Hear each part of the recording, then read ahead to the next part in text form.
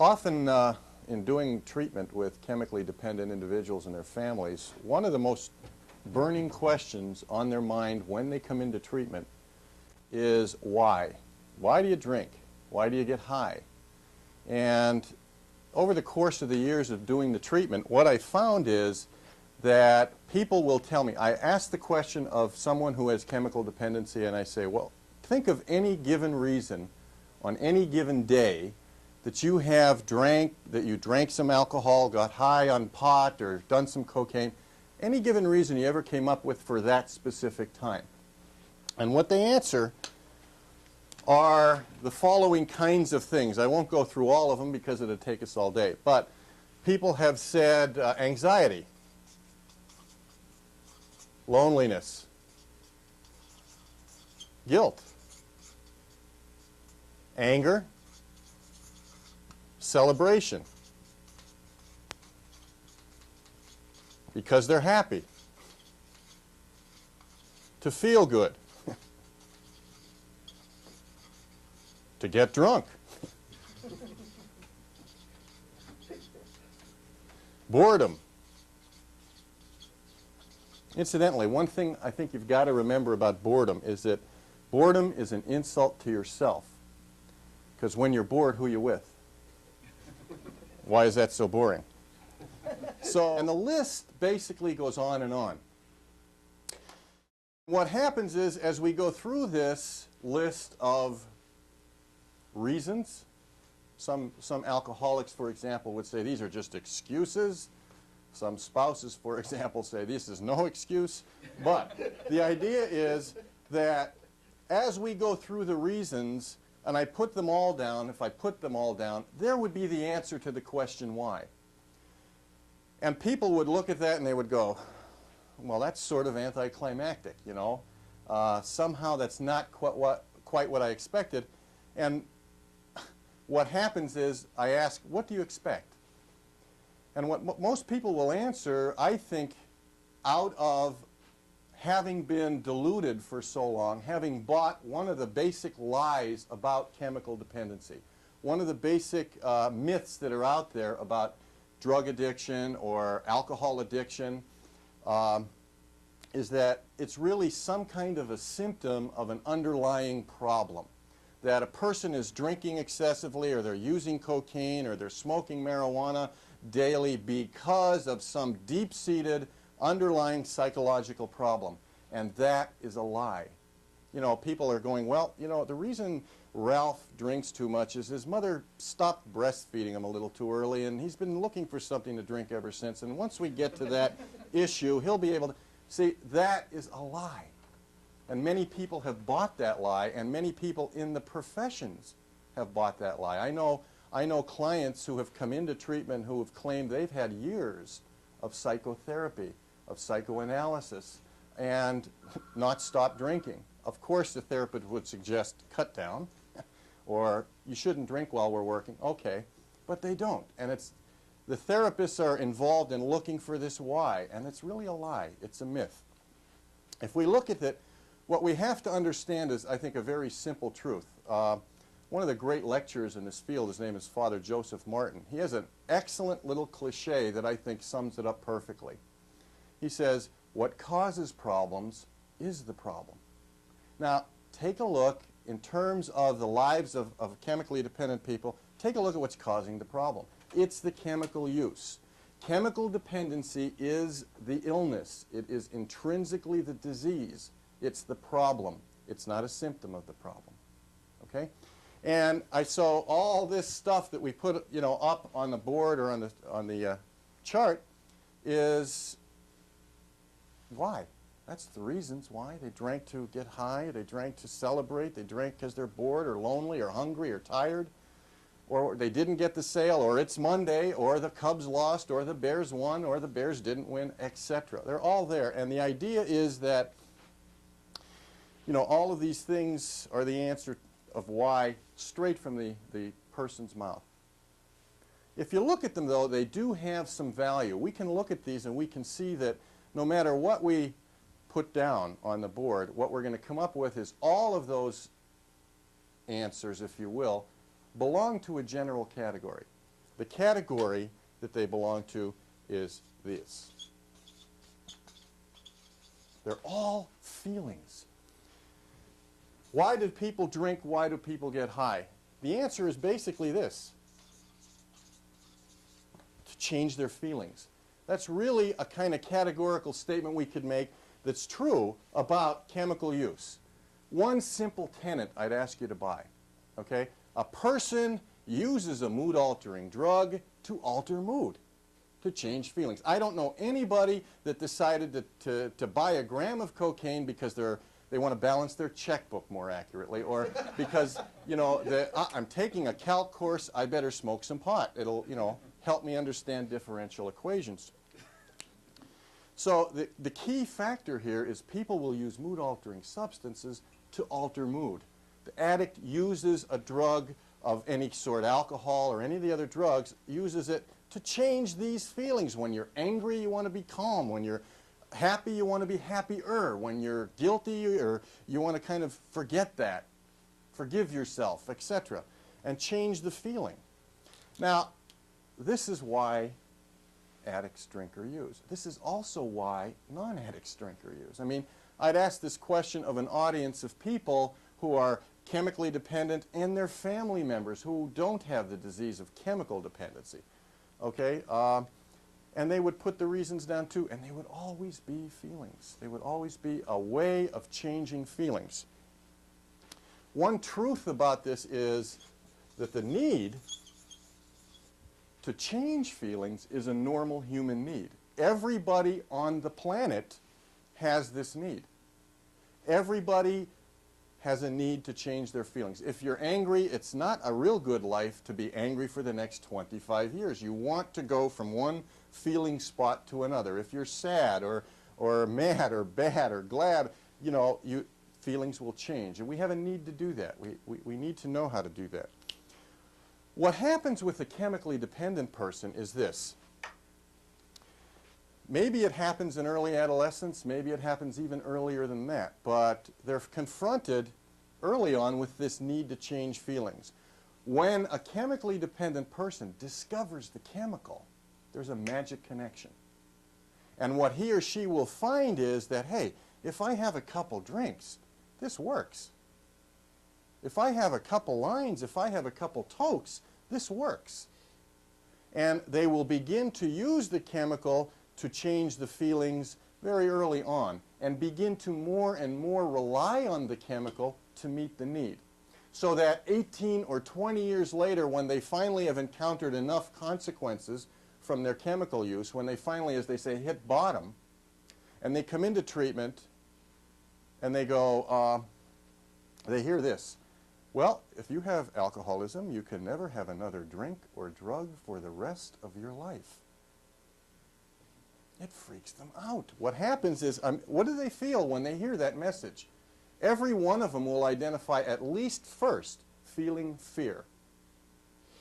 And the reason they're feeling fear is this, because maybe not in the front of their head, but in the back of their minds, in the back of your mind maybe, is this. Is like, I can never drink or have another toke or have another drug for the rest of my life? What about this? What about all of this? What am I going to do now? And I think that's a real legitimate fear, and I think that's a real legitimate question. So one of the things I would like to do today is answer how a person can meet this need without using a substance that changes feelings. How a person can change their feelings without using chemicals. And if we take it to the extreme, if you practice often enough, how in fact you can get high without using a drug and be in control. And that's what I'd like to do today. If we're going to talk about feelings, we need to know something about how they work. And I think before we know something about how they work, you have to know something about a phenomenon called lifestyle. Okay? Lifestyle. What is your lifestyle? What is it like? How many people like being married?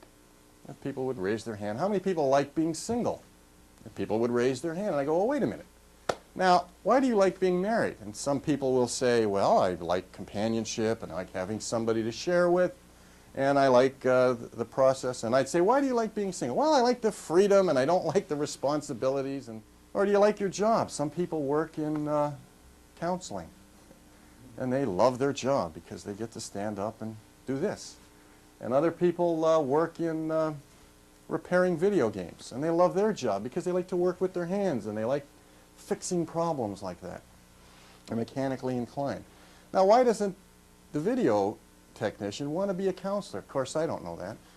You know, I don't understand why he wouldn't want to have my job, and he probably doesn't understand why I wouldn't want to have his. So the idea is this, that if I would take a group of people, a group of families who had chemical dependency, where there was an addicted parent or an addicted child, if you will, and I put them in a room and let's have a giant key party. We'll toss the keys in the middle of the floor and people will pick the key and you'll go off with your partner, someone you don't know, and you'll start to talk. We do this exercise and we'll say, okay, when you're talking, what you're going to find out is you have an awful lot in common.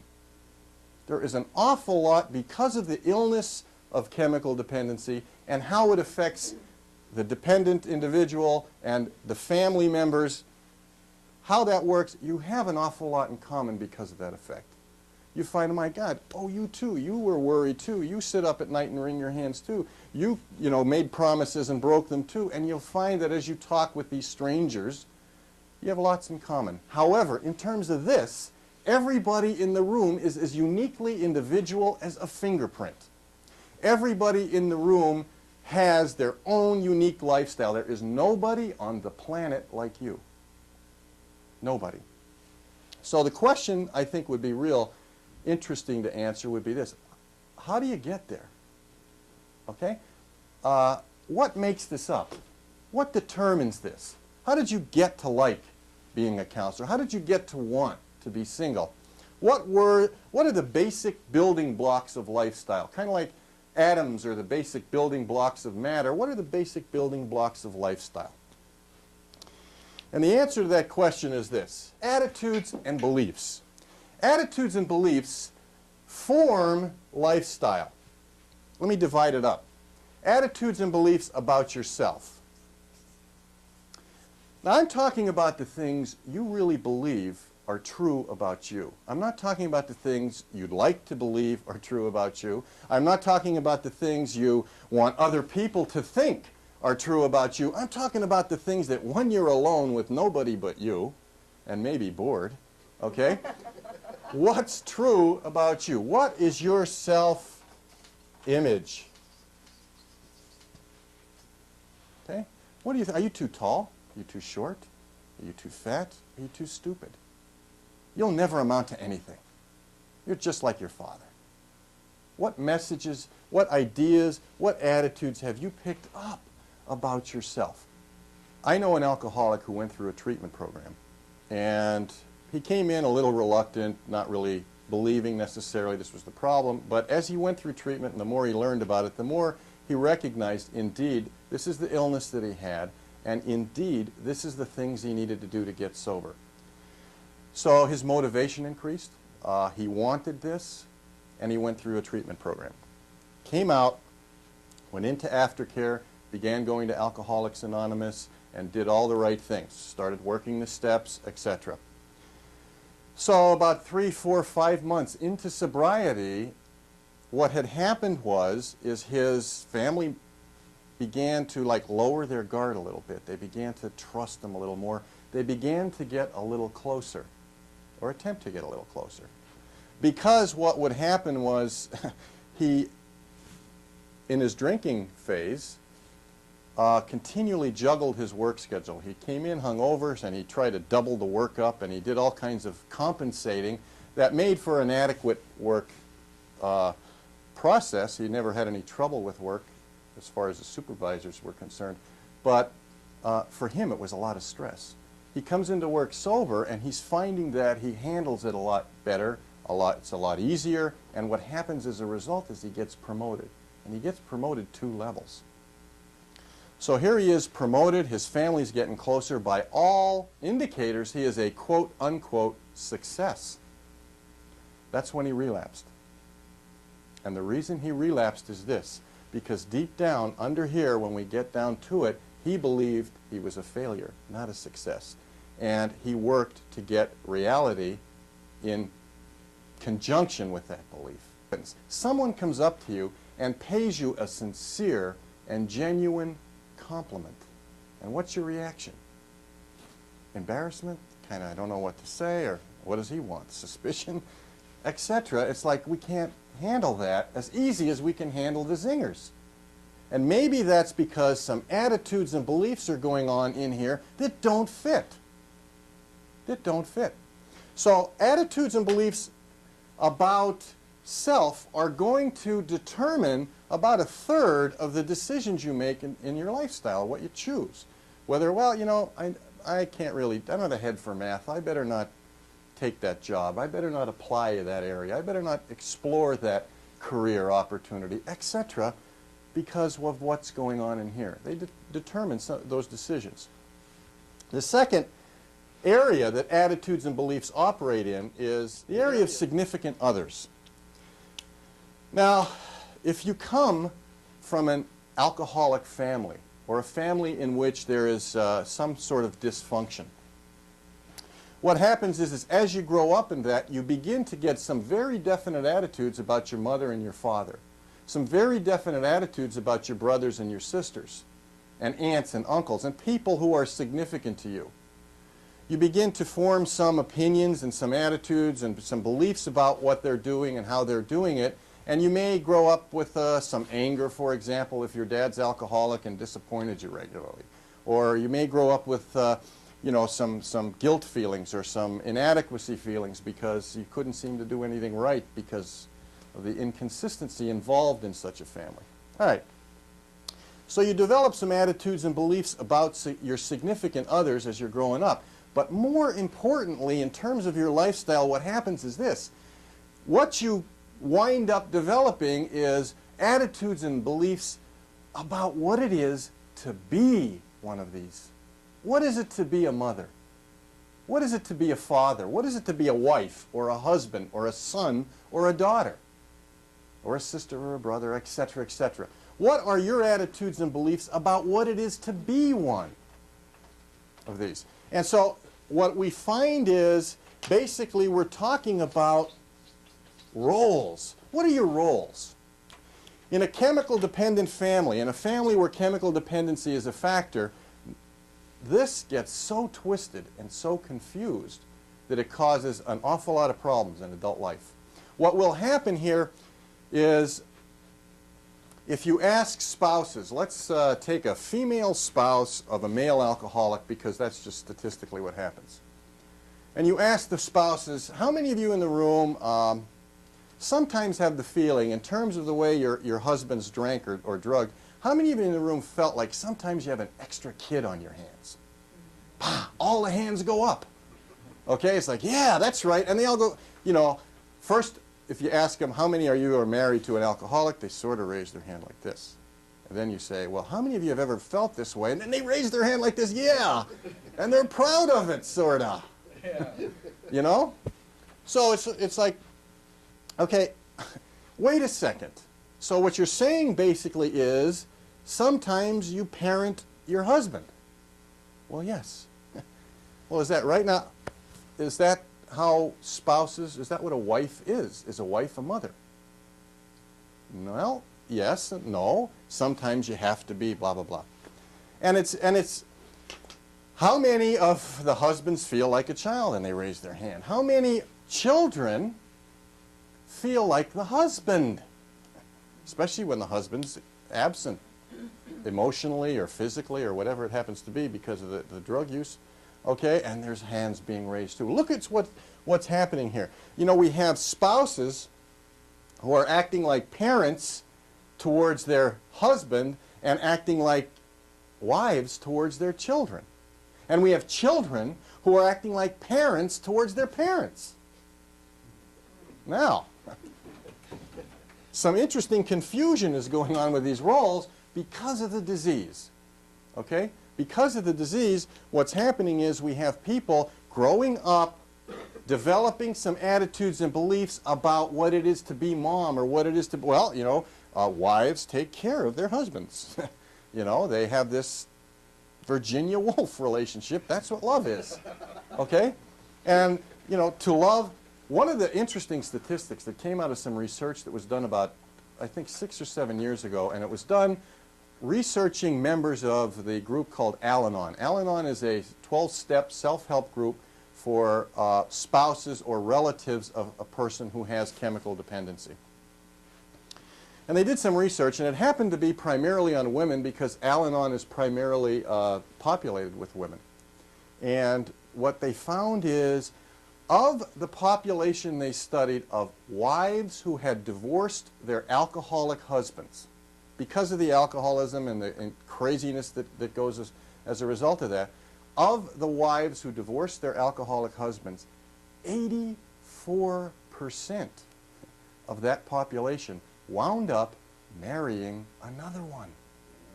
Whoa. They married another one, or some other form of dependent personality type, for example, compulsive gambler, or a different drug of choice, or a workaholic, if you will, etc. They wound up marrying another, the same set of problems, basically. So what's that about? What's going on there? It's like some people believe that to love is to take care of. That's a lie.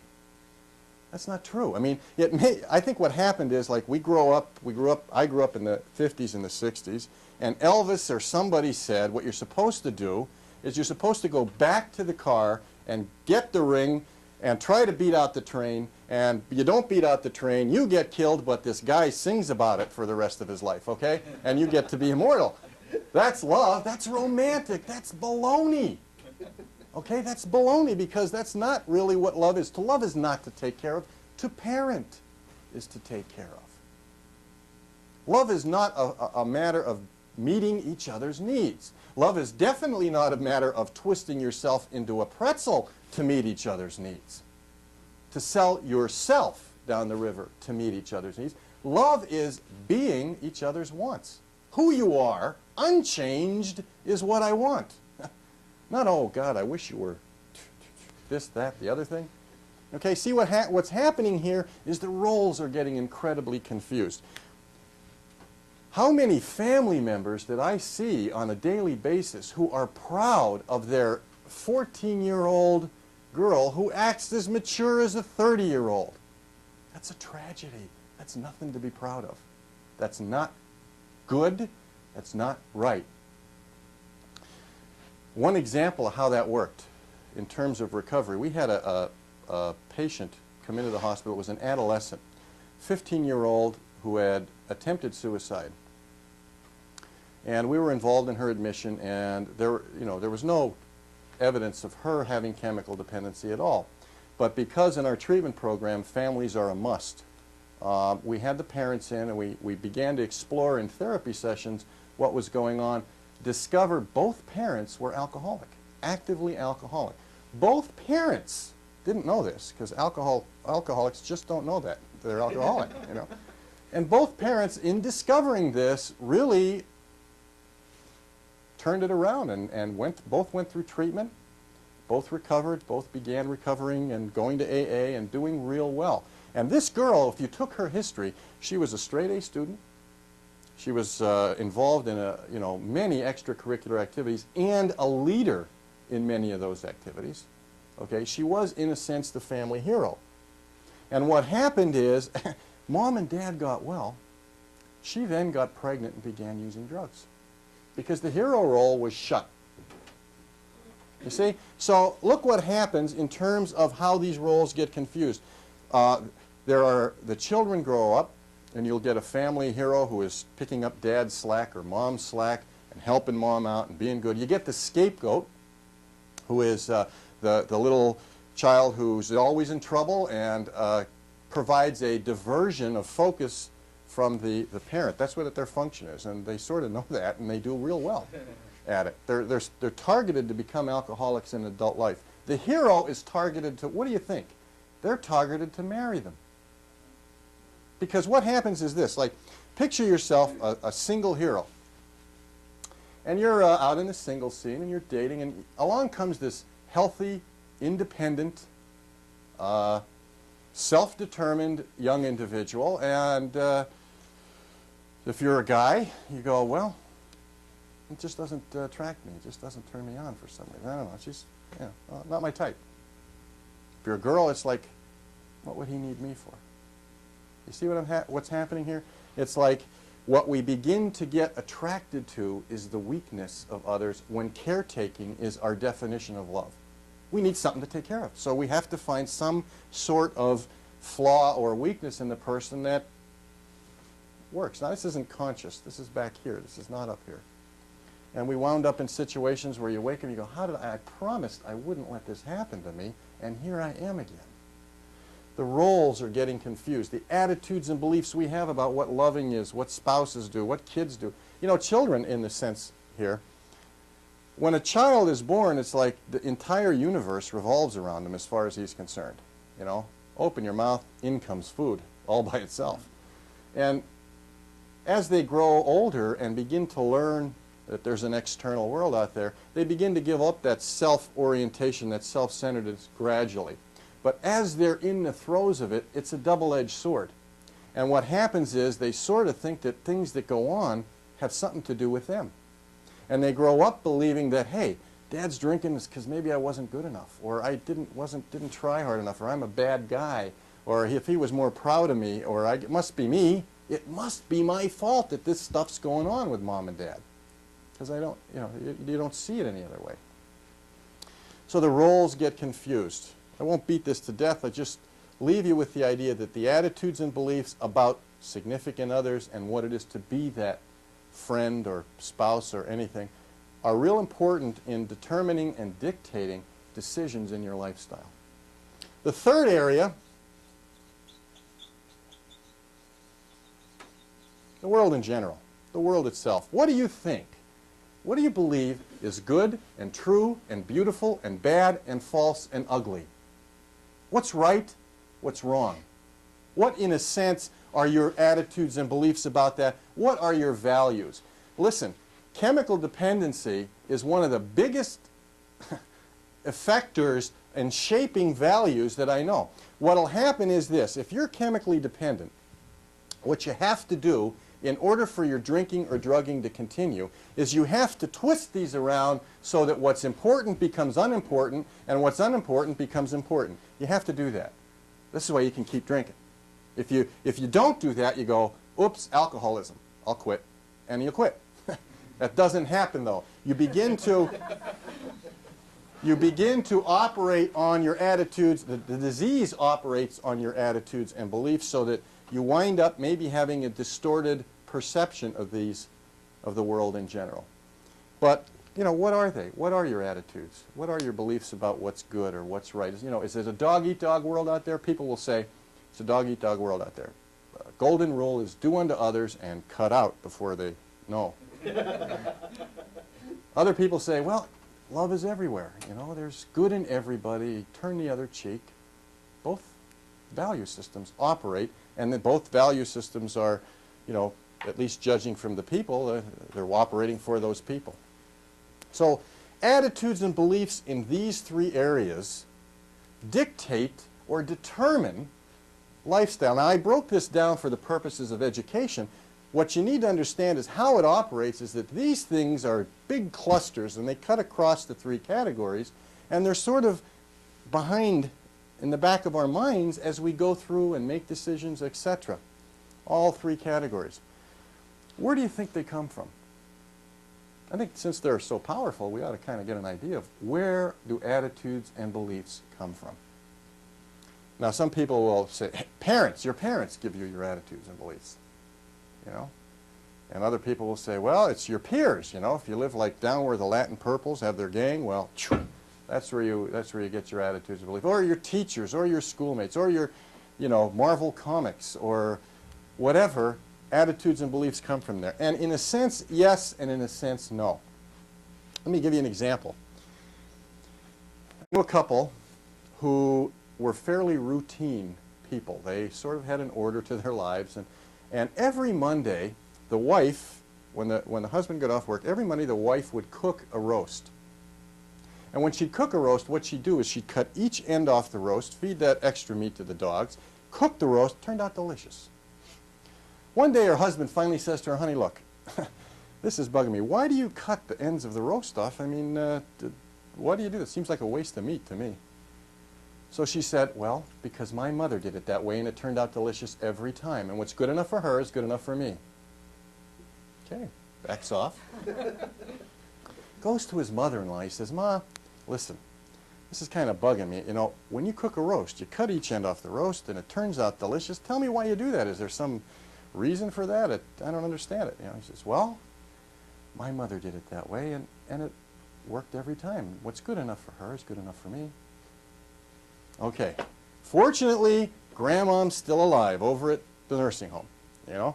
Catches her in one of the inn times and he says, Grandma, this is driving me nuts. He's going, look, when you cook the roast, you'd cut each end off the roast, you toss the meat, you feed the meat to the dogs, you cook the roast, it turns out delicious. Why do you do that? Is it the meat breathes better, it expands, what? She looks at him like he was crazy and says, because it wouldn't fit in the pan. Take a look at that a second. I mean, think about that.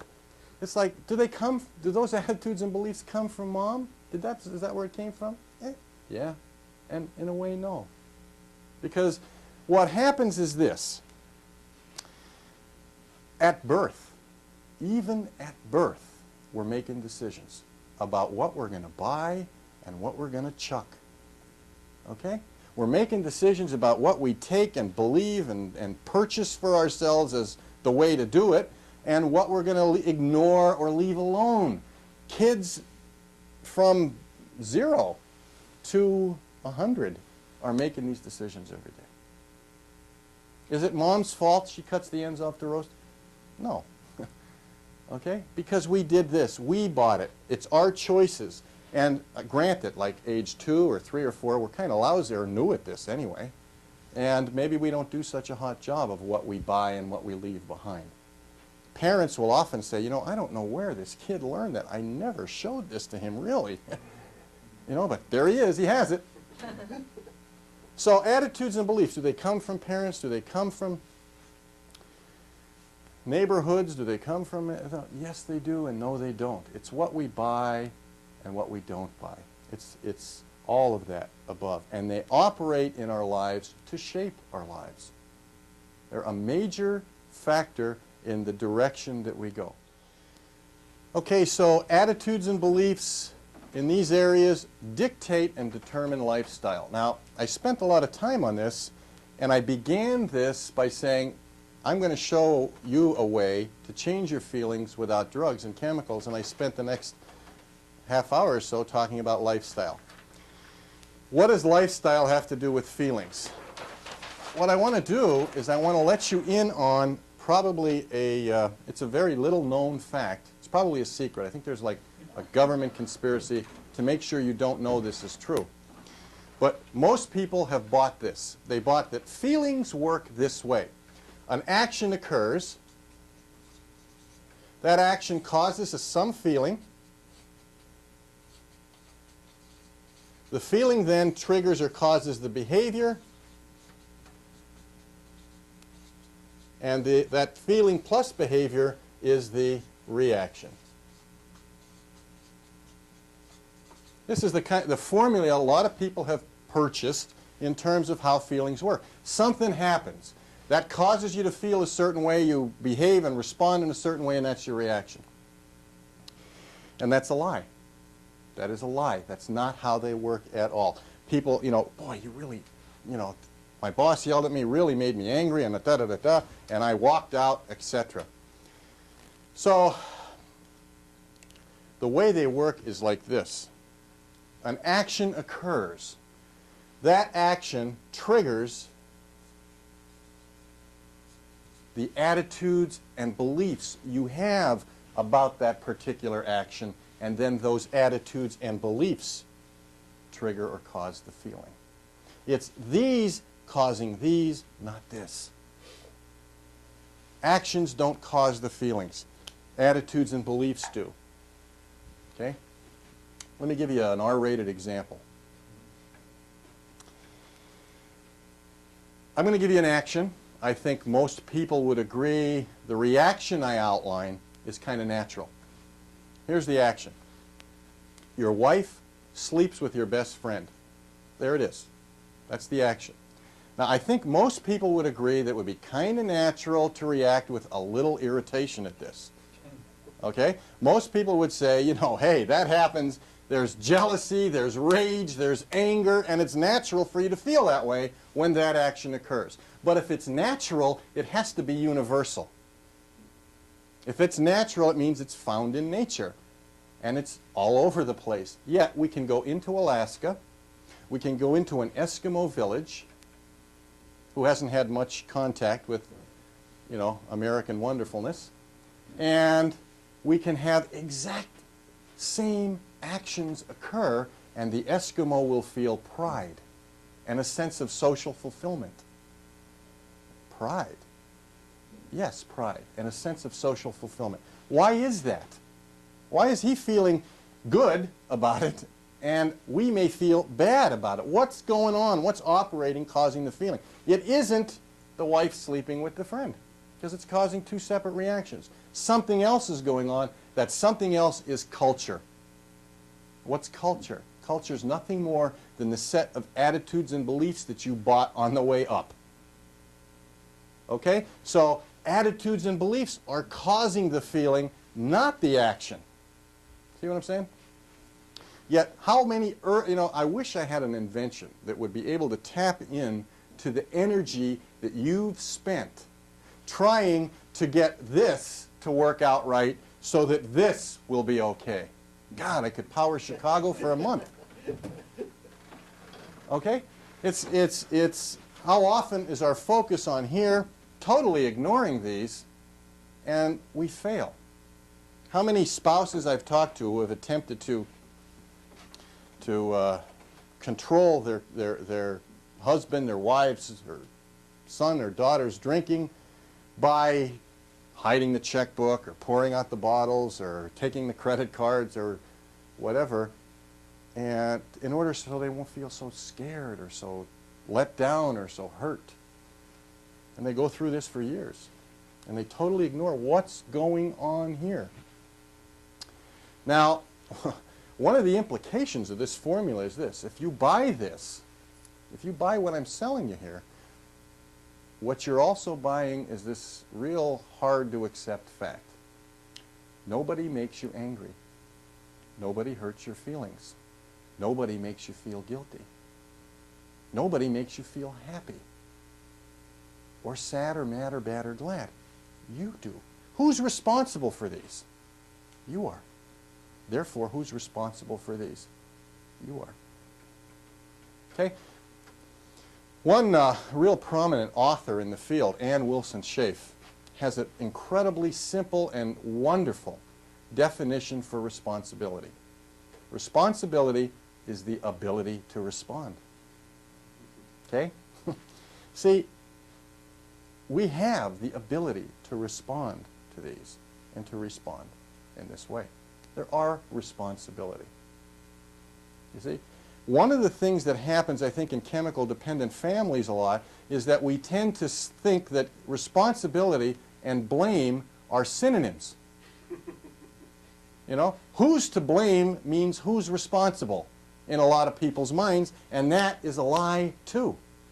That's a lie too. There's a big difference between responsibility and blame. Blame is a useful tool for mothers and nuns, okay? Blame is a useful tool when you want to kind of shape the moral development of some child by instilling a little guilt at right and wrong and sense of right and wrong, etc. That's what we use blame for. Responsibility has no part of that. That's not the issue. Responsibility is something entirely different. Let me give you an example of how it works. You have a friend with epilepsy.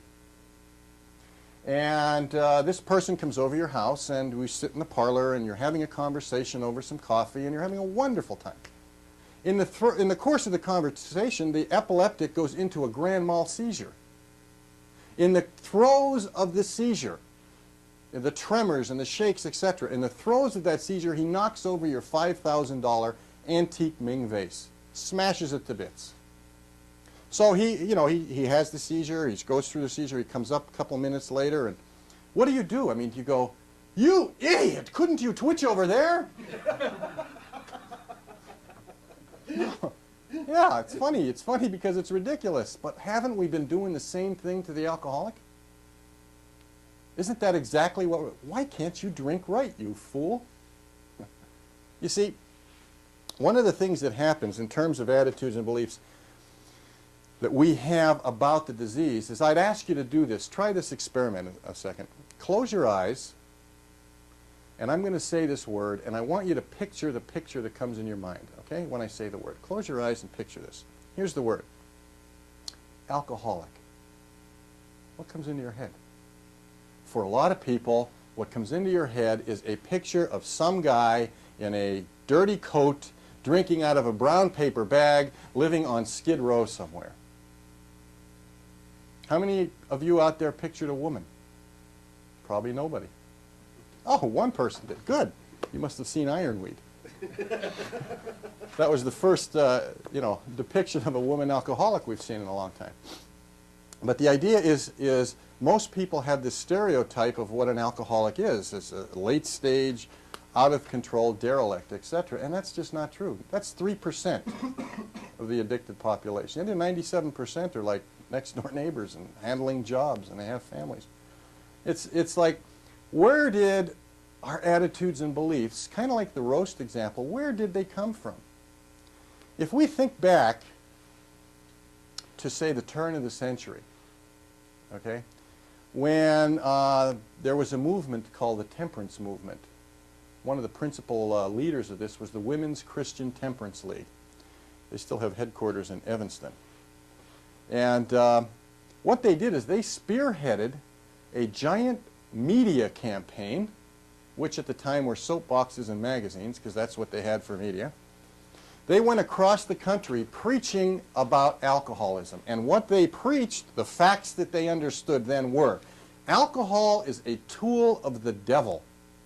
And alcoholics are weak-willed, immoral, bad people who are doomed to hell. So, like, who wants to be one of those? Okay?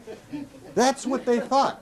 Now, we're enlightened people, right, theoretically, but remember the roast example, because listen, as they went through in the 20 or so, 30 or so years of that movement, as they went through the promotion and the soapboxing and the preaching, etc., I have to believe that they were very effective at getting most people in this country to think that.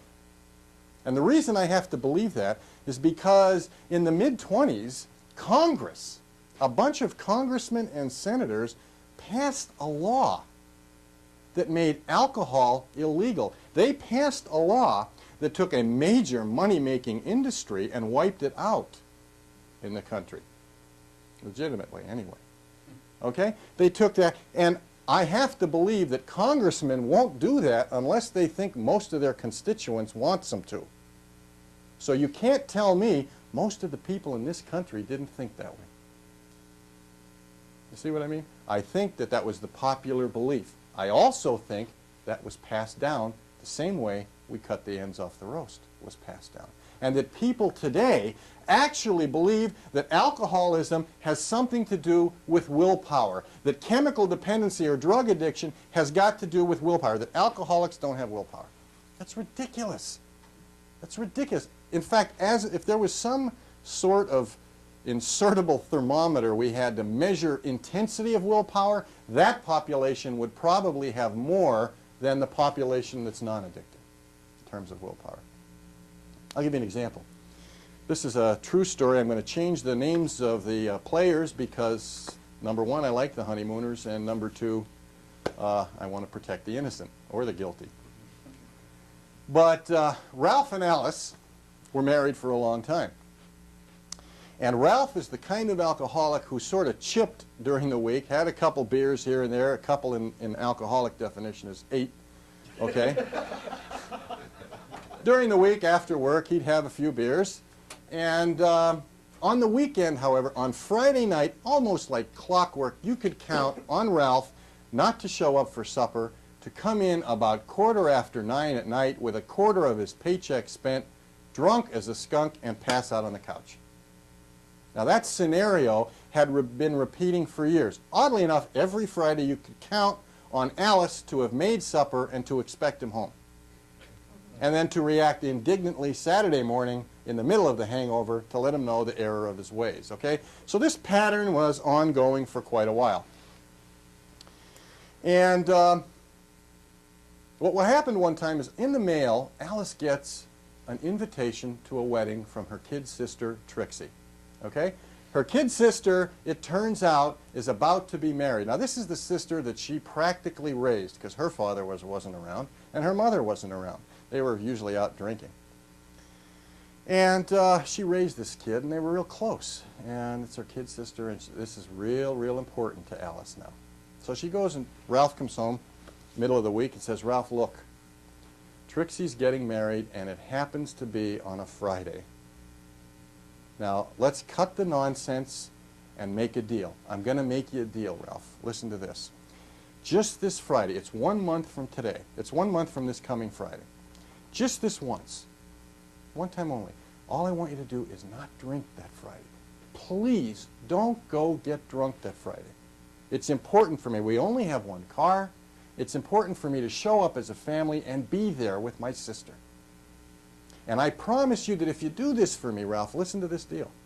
And those alcoholics in the audience will recognize the value of this deal. Because if you do this one thing for me, just one time, I promise I'll never mention your drinking again. Huh?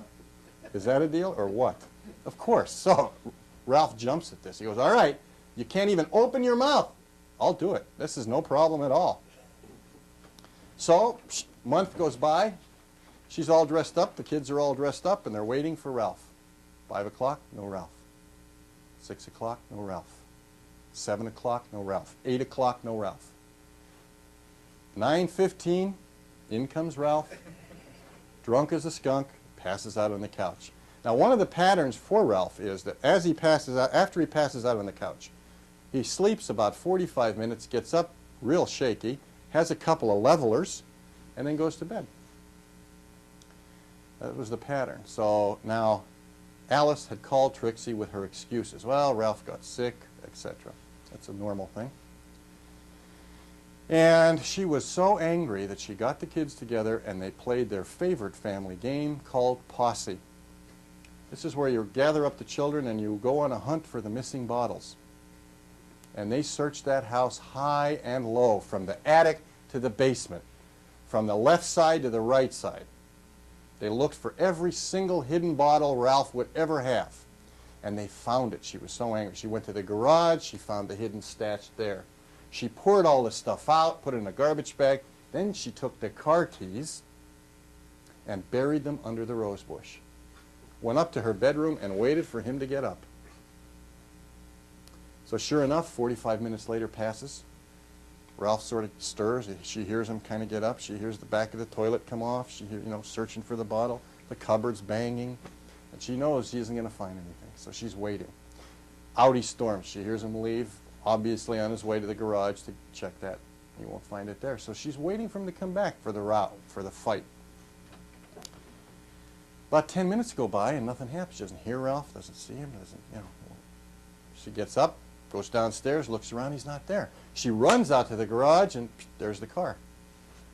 So she digs up the keys, puts them in the ignition, starts the car up, goes down the road. About 5 minutes later, finds him on his Ryder lawnmower on the way to the liquor store. Now, tell me this guy lacks willpower. Okay, all right, it's a little misdirected, I grant you, but there is no lack of it.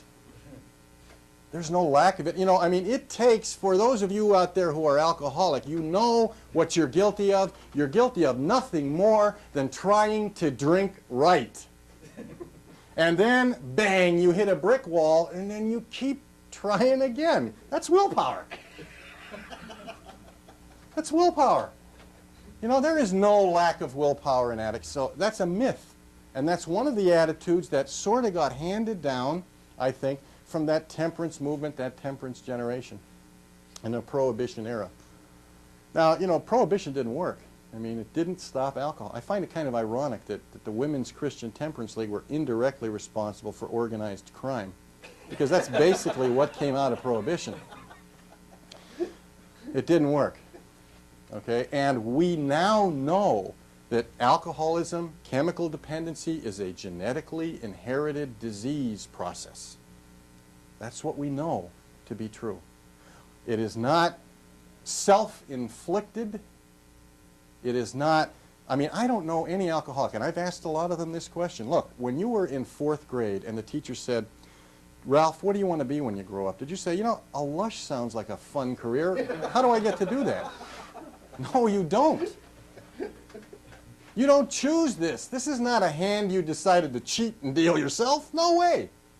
This is a disease that is genetically inherited. It runs in families. It may skip a generation. But it's like blue eyes or any recessive gene. It will happen. A person coming from an alcoholic family with one alcoholic or addicted parent has a 1 in 4 chance of being addicted. A person coming with 2 addicted parents has a 50-50 chance of being addicted. Those are odds. Those are the truth. Those need to be confronted and coped with.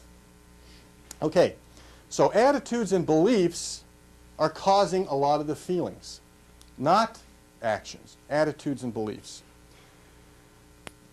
One of the things that we see when we go into an AA meeting or an NA meeting or Al-Anon or Families Anonymous for the parents is we see people who stand up there and they say this. Now, you know, imagine a group of alcoholics listening to something that goes like this. Hi, my name is Cal and I'm a grateful alcoholic.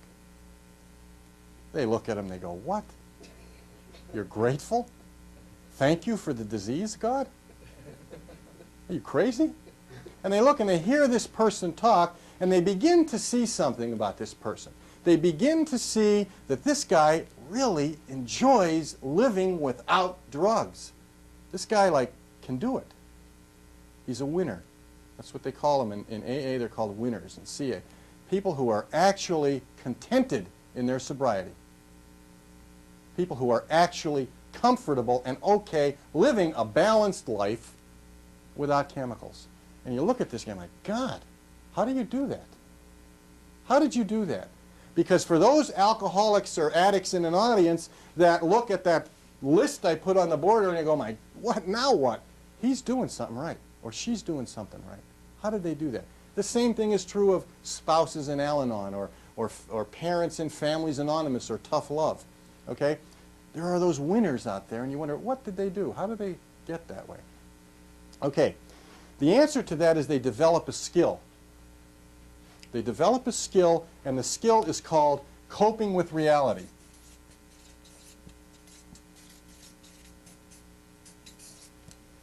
Coping with reality.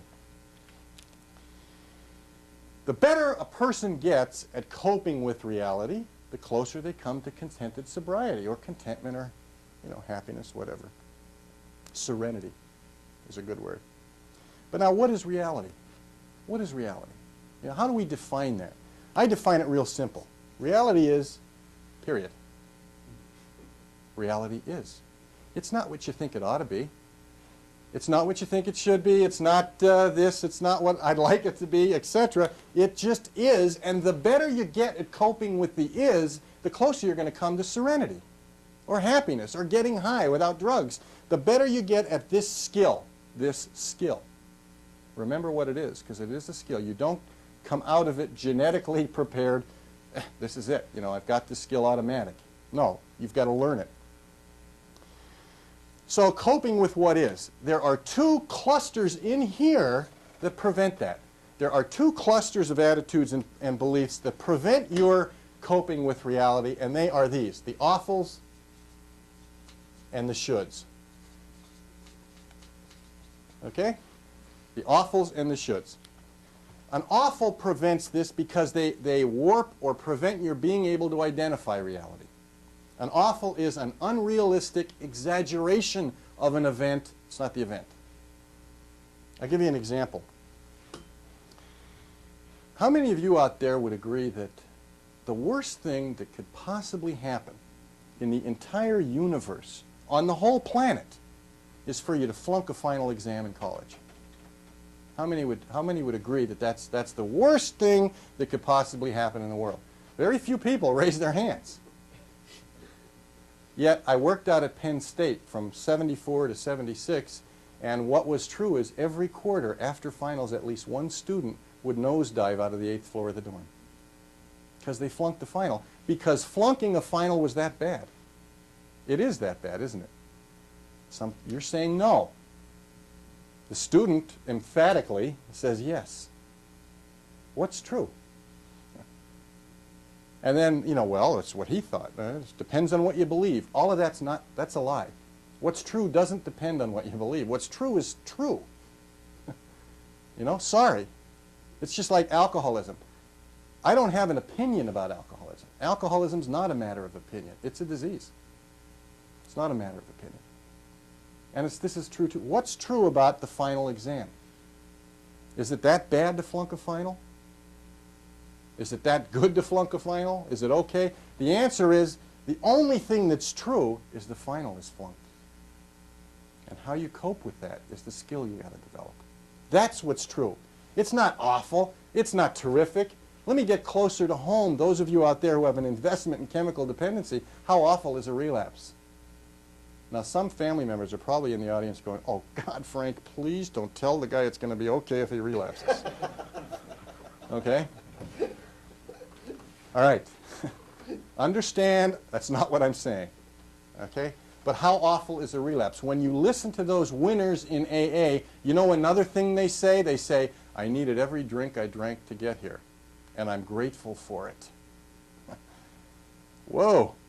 How awful is a relapse? For those winners, that relapse was a valuable lesson they would not part with. Some people don't get a chance to learn it. For some people, they have another drunk left, but we don't know if you have another recovery left. That's the truth. That's the reality of the disease. But the idea is that how awful is relapse? How awful is any event? It's neither awful nor terrific. It needs to be coped with. It's a reality.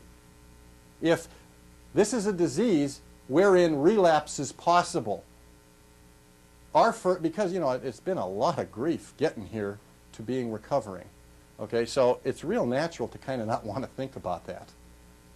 Okay, don't think about that for the first couple nanoseconds, but then put it up as being the reality that needs to be coped with here. This disease has relapse as a potential, and it could happen anytime to anyone recovering. Okay, that's the truth. How awful, how good is it? It isn't either. That's not what reality is. And this awful group of attitudes and beliefs we have prevent us from seeing it, prevent us from seeing what this is or could be or whatever. The shoulds are, on the other hand, are a kind of if this is an unrealistic exaggeration of an event, this is an unrealistic demand of an event, or a person usually. Because a should is kind of, I think, a science fiction-oriented sense of attitudes and beliefs. The shoulds kind of work like this. It's like, God, I should have never had that 12th beer, because that's the one that did it. If I would have only stuck to 11, I wouldn't have been that drunk, and I wouldn't have had that personality change. I should have never gone to that, but I should have not dropped out of high school because I couldn't get this job. I have all of these shoulds that I feel guilty about, that I feel resentment towards. Oh, he shouldn't have done that. He shouldn't have ran off on me or drank when he promised he wouldn't or gotten high again or whatever. We have all of these shoulds. And what they are is, they are the expectation of me having my 42-year-old head on my 26-year-old shoulders when I went and made that decision. And that's science fiction. Those of you who believe that God is your creator, okay, have to also understand that he definitely has a sense of humor. Because when he created us, what he did was he gave us absolutely vivid, totally accurate 20/20 hindsight. And he gave us for foresight. Now, a should is exactly expecting the reverse of that to be true. And it isn't. I mean, it's like, Postulate yourself in a world where you can't remember anything that ever happened to you. Some of you can identify with that. But you will be able to look ahead for the next 100 years and see the results of every decision you make. How many of you think you would be in treatment? Or how many of you think you would have drank or drugged the way you drank or drugged? Nobody. Because that's true. Nobody chose this. Nobody chooses this. And a should is expecting that kind of foresight. So it's not a reality to be coped with. I know people today, I know couples today who are in my therapy sessions who sit down, and there is one couple who is feeling guilty today about his act 5 years ago, or a spouse feeling resentful today about that act 5 years ago. Okay? Today the feeling is real, but the event or the act is in the past. One of the things I tell people who have these kinds of issues or these kinds of problems is you have two alternatives. When you're stuck with guilts and resentments, you have two alternatives. The first one is to call up the University of Chicago, get the Department of Physics on the line, see how they're coming with the time machine. Okay? If it's done, ask him for a ride, go back and stop the idiot. You know, I mean, stop the jerk from doing that thing. Okay? But if, as I suspect, it's not quite perfected yet, you're stuck with alternative 2, which is to work on accepting it. You see? Accepting the past. Forgiving the past. One of the messages that gets distorted in the treatment programs, in AA, in Al-Anon, etc., is some people are trying to actually sell you that you should forget the past. You know, your spouse may come home from treatment and she'll say, honey, you can't talk about that. My counselor said forget the past. That's a lie. Don't buy that. That's not true. Because we're not saying by this should example, we're not saying you forget the past. What we're talking about is forgiving the past. Under no circumstances should you ever forget the past, because then you're doomed to repeat it. But forgiveness of that, acceptance of that, is something you can do about the past today. Working on accepting it, not condoning it, not saying it's okay that you did this, okay, but simply accepting it as done and getting on. That's your job, not his or hers. You see, there's nothing they can do. So, whereas the awfuls are an unrealistic exaggeration of the event, and the should is an unrealistic demand, these are standing in the way of developing the skill coping with reality. You see? Now, you're beginning to see, I think, what I mean when I talk about you can change your feelings without drugs. How do you change your feelings without drugs? You're going to be changing your attitudes and beliefs, right? But in a sense, maybe not right. Because how do you change an attitude and belief? What do? You go, there. I feel much better now. Thank you. No. Attitudes, you know, one of the reasons people think that this causes this in the first place is because this whole thing happens that fast. Okay? Something happens, bam, you're off and running. An action occurs and you're going because 9 out of 10 times we don't even know what these are. How can you change them? They don't even come to your conscious mind when this system is going on. So attitudes and beliefs are probably the most difficult thing in this equation to change. This being impossible. This being not impossible, but the hardest by itself to change. So what I'm actually talking about in terms of the formula for changing is this. Patients will come to me in my treatment program and they'll say, Frank, you're asking for $1,850 or $2,000 for this treatment program. If I give you this money and go through this thing, will you guarantee I'll be sober? Now, I think that is a legitimate consumer question. Okay? I mean, you have the right to ask that. And the answer is no. Okay? The answer is no. I can't guarantee that you'll be sober.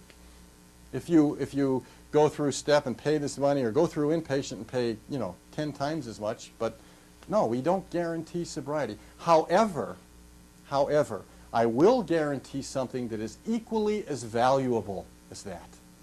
I will guarantee something if you give me the 6 or 8 or 10 or however many clean weeks I ask you to give me in the outpatient program, or in the inpatient program, the 4 or 5 weeks clean that you give me, and let me educate you and let me show you and keep an open mind. If you give me that, I will guarantee this, that by the end of the treatment program, you will have choice back. You will have your freedom back, because that was the first thing to go. Nobody here chose the disease. Nobody here drinks the way they choose or gets high the way they choose. Nobody does that. But when you give me that time and you give me that clean time and that open mind, I will guarantee you will have your freedom to choose. Now, most people think, well, I've been choosing. No, you haven't. If I asked you, what would you make this career choice, what would you rather be, a histologist or an embryologist? What would you say? Make the decision. Most people out there, unless you're physicians, would say, I can't make that decision because I don't know what they are. Well, right. You see? You can't make a choice if you don't know what's happening. When you come through here, you're going to know. When you go through treatment, you're going to know what's happening. You're going to have the freedom to decide to drink or to not drink, to get high or to not get high, to go to a meeting or to not go to a meeting, to do what you need to do or to not. You're going to have that choice back. And what happens is the way choices work, and I know, dependent people hate this, but choices work like this. You will have choices among alternatives, drinking, not drinking, meetings, whatever. But you can't choose the consequences that are at the end of those. These have to be accepted. These have to be acceptable consequences, and they will occur. Now, what has been happening in terms of when you thought you were deciding, what's happening is this. Most, for example, alcoholics will react and drink. Not decide to drink, they'll drink in a reacting way and then try to choose the do's. Don't work. I mean, it might work for a little while, but it's a house of cards, and then it collapses and you wind up in a detox unit or somewhere, jail or somewhere. You can't choose the consequences. You can choose the alternatives. And 9 times out of 10, most people find getting this back, even though it's a much valued, treasured item in our society, freedom hurts. Making these decisions is painful and growthful, and it's not easy. So we say you can decide, you can have choice back if you give yourself the straight time and give yourself the insight and the knowledge. Those decisions can happen. If you change any piece of this equation, you'll begin to change the equation, the whole thing. So AA has a great little cliche. They say, fake it till you make it. Bring the body, the mind will follow. And they're all based on this principle, that is, if you keep choosing to do what's healthy for you, your feelings and your attitudes are going to align with that. That's the way it works. I mean, let me give you a reverse example from my past. When I was a kid, I went to parochial school. And when, as you may have gathered, and when I went to that school, I was taught that stealing was bad. Okay? And I was taught that, it's a sin to steal. It was one of those 10 that you're not supposed to do it, 5, I think, I forget now. But stealing is bad. So the first time I stole something, I felt terrible. I felt guilty. I felt lousy. I felt awful. The second time I stole something, I still felt terrible. I felt bad. I went to confession. I still felt bad. I did all this stuff. It was a bad feeling. The third time I stole, I felt bad. And the fourth time I stole, I felt bad. And the fifth time I felt kind of bad. And the sixth time I felt a little bad. And the seventh time I felt not too bad. And the eighth time I felt pretty good. And the ninth time I felt kind of proud. Okay? That's what happens. Now it can happen in reverse, too. It can happen in reverse, too. Nothing, one of the tragedies, I think, that happens in adolescence with regard to this disease is we don't have a rite of passage for adolescence. We don't have an official thing. Like we had this, when you're 12 years old, you go off to the jungle, chase a chicken around, and when you come back, even your mother can't talk to you the way she used to. Okay? That would be nice. But we don't have that, so what happens is adolescents make up their own. And one of the tragic and unfortunate conclusions and attitudes they begin to buy is that bad is good, the same way I did. You see? And they begin to make decisions based on that. I like living on the edge. I'm addicted to my adrenaline, you know, and that's possible. So what happens is you can have freedom of choice back if you arrest this disease. That's what comes back. And it's not easy, because you can choose to drink, there's going to be consequences. Some of them it might be acceptable, and that's your decision. You can choose to not to drink, and there's going to be consequences. You have to tolerate pain more. You have to get up in the middle of winter and go to an AA meeting in a cold car. There's lots of stuff that's not fun. In fact, one of the things, I think, a cluster of attitudes and beliefs that stand in the way of most dependent people, people with, I shouldn't say dependent, people who have dependencies, more accurate, okay? One of the clusters that stand in the way of getting well, I think, for a lot of addicts is what we call the John Wayne syndrome. The John Wayne syndrome goes like this. Man handles his own problems, Pilgrim. You don't cry on nobody's shoulder. You're hurting, you feel bad, keep it in. Don't let it show, or else that'll mean you're just a pussy. Be strong, be a man. Shut up. You see?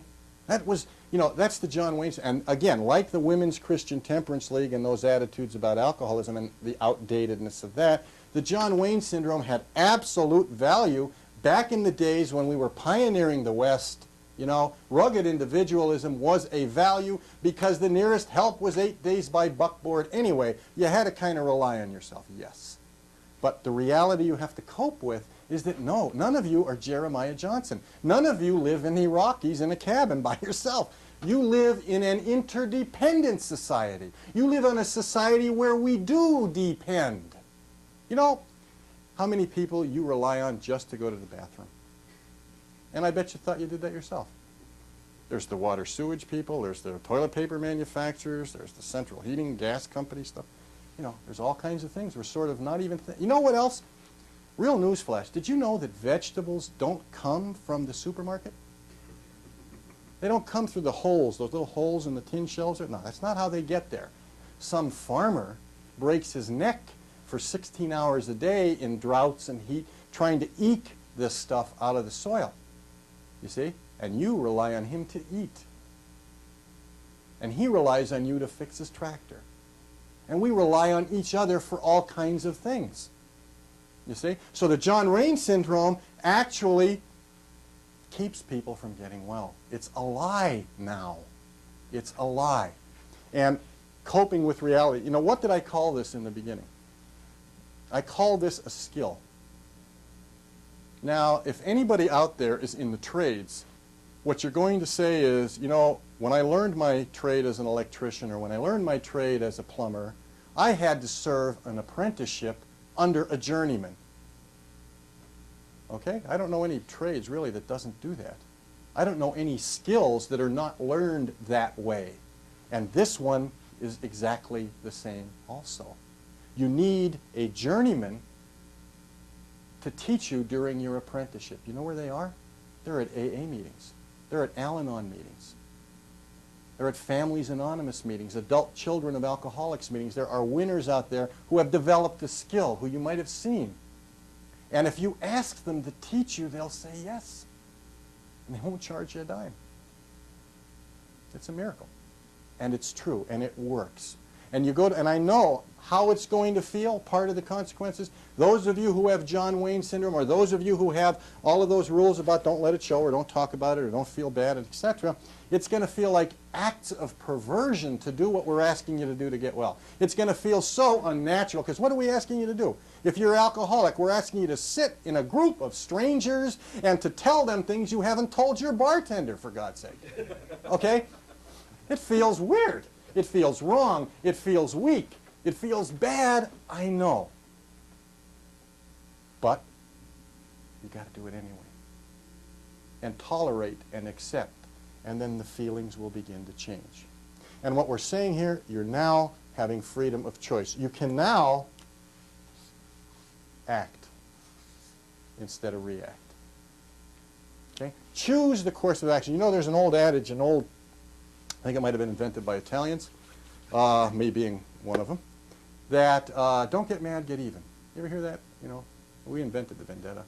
So don't get mad, get even goes like, you know, your boss yells at you, don't punch him out, you'll lose your job.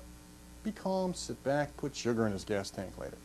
You know, well, that's okay as far as it goes. You know, don't get mad, get even is okay as far as it goes, but take it a step further. Look, as long as you're stopping to think anyway, why settle for even? Why not do what it takes to get ahead? Why not choose the act that will get you ahead? And that's what you can do if you recover from the illness. That's what you must do to recover from the illness. You see, nothing makes me angrier than to get behind some 99-year-old refugee from a geriatrics ward who's going down Route 72 at about 30 miles an hour in a car where they can't see over the steering wheel of, you know? I'm behind him on my motorcycle, and I'm cruising along, and I'm getting late for work, and I'm getting angry, and I'm getting angrier as they're tooling along at 30. Now, people are passing me in the passing lane, and I can't pass, and I'm getting later and later. I'm getting angrier and angrier. Finally, a hole opens up. I kick it into third. I crack up next to this woman. God damn, get off the road. Where did you get this license? Cut it out. You know, get out of here. Who gave you a license? Etc. And I'm screaming. I'm yelling. This woman turns to me and smiles and waves. What happens to me? I go 50 feet farther up the wall, don't I? What happens to her? She goes home, peels some fruit, watches some TV. Who's ahead here? Huh? Look, act, decide, and choose. And choose health. You know, I know your families are important to you. I know your jobs are important to you. I know the values that you have are human and warm. Choose them. Do what it takes to get ahead. Don't keep reacting. Don't let the disease let you keep reacting. Thank you.